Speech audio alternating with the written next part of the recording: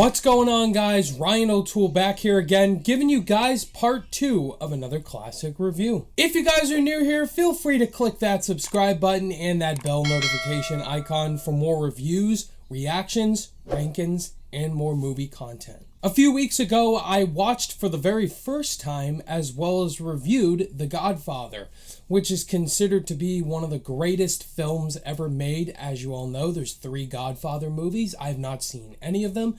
And now today, I'm going to be reviewing its also very highly praised sequel, The Godfather Part 2. This movie came out in 1974, directed once again by Francis Ford Coppola, and starring Al Pacino back as Michael Corleone, and some new members to the cast, including Robert De Niro as a younger version of Vito Corleone. This is kind of a sequel as well as a prequel. You have Michael Corleone after the death, spoilers, of his father Vito Corleone. He is now the Godfather.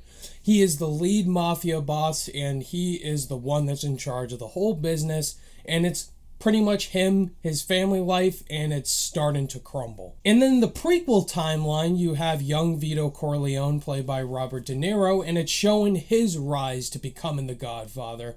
His family life, the rising of his family. Godfather Part 2 was really excited. I loved the first movie, and I was looking forward to this even more. And what were my thoughts overall on Godfather Part 2? Is it even better than the first one, or is it not? I can say this is a very worthy sequel. Godfather Part 2 is one of the greatest sequels ever made. Do I think it's better than the first one? No, not in my opinion. I still prefer the first movie, but that does not take anything away from this film. The highlights of Godfather Part 2 are the 2 performances from Al Pacino and Robert De Niro.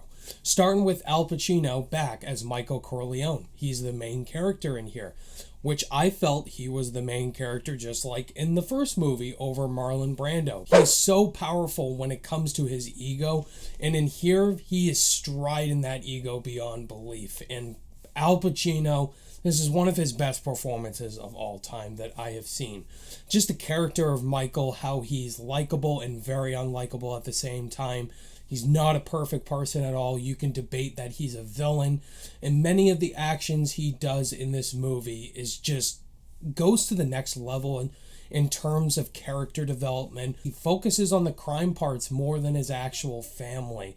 And it's tearing him away from his wife, his children, and you're just getting disgusted with him. And it's just the performance that Al Pacino gives in here. My favorite scene in this movie by far is between Michael and his wife, Diane Keaton. They're arguing about the miscarriage, the one subplot where she had a miscarriage while Michael was away. And she says, "It wasn't a miscarriage, Michael. It was an abortion." "It was an abortion, Michael. I don't want you to father my children, Michael. I killed that thing." And then he just slaps her right in the face. I was just in awe with what I was just watching. It's just the acting like the first movie. Like, the acting feels so realistic in here.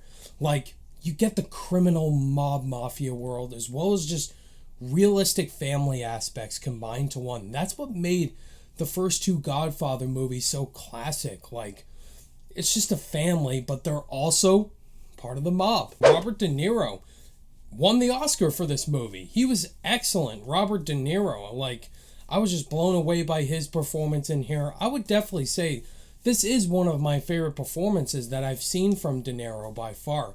I love seeing the scenes of Vito, just him growing up, just becoming the Godfather, becoming well-known in his area.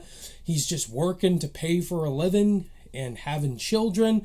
And, of course, the scene where he takes out that mob mafia guy with the gun. It's just an iconic scene all around, and it just shows what this guy has become in the first film. This entire film pretty much is a revenge film.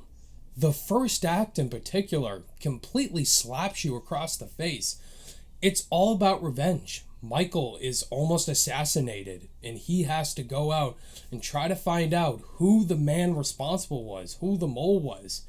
And spoiler alert, like, when you find out that it's his brother, like, that one particular sequence, there's no dialogue there.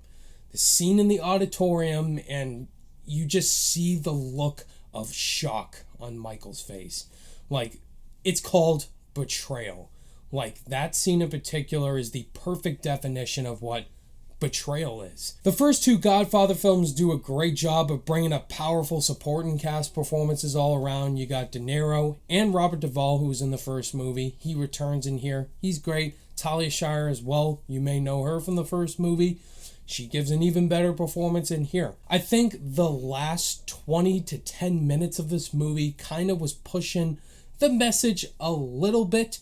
Like, it went a little bit too long for my liking. Like, a couple scenes could have been shortened here to there, but I still thought the film gave us an excellent execution at the end. Before I give you guys my final overall thoughts on The Godfather Part 2, if this is your guys' first time checking out my channel and you enjoyed hearing my thoughts on this movie, do me a huge favor and hit that like button. It helps with the algorithm, and if you want to see more content from me, consider clicking that subscribe button, because I do tons of classic reviews like this, as well as new movie reviews, Blu-ray hauls at the end of the month.